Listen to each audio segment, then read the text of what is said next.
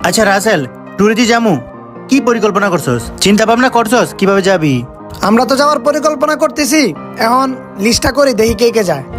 রাসেল, ওই জিশানে আসতেছি, আর একটু জিজ্ঞেস করতে যাইব কি? হে আসুক দেখি হে আমগোর সাথে যায় কিনা। কি অবস্থা, কেমন আছিস? ভালো আছি জিশান, তুই ভালো আছস? আলহামদুলিল্লাহ। ইয়া মামা, আমরা তো সেন্ট মার্টিন যাইতেছি, এখন তুই কি আমাদের সাথে যাইবি? না রে বন্ধু, আমি তো যাইতে পারবো না, তোরা তোরা যা, আমি নেক্সট টাইম অন্য এক সময় যাবো নে। আমি কইছিলাম না হ্যাঁ যাইবো না, সবসময় বেটা হে কিপটেমি করে বেটা। দেখ বন্ধু রাসেল, তুই কিন্তু সবসময় জাহিদের একটু ছোট করে কথা বলস, আর ফ্যামিলির দিকটা একটু বুঝ। আরে আর্থিকভাবে একটু সমস্যা আছো, আমি তোরে কিভাবে বুঝাবো বিষয়টা? যাই হোক বাদ দে।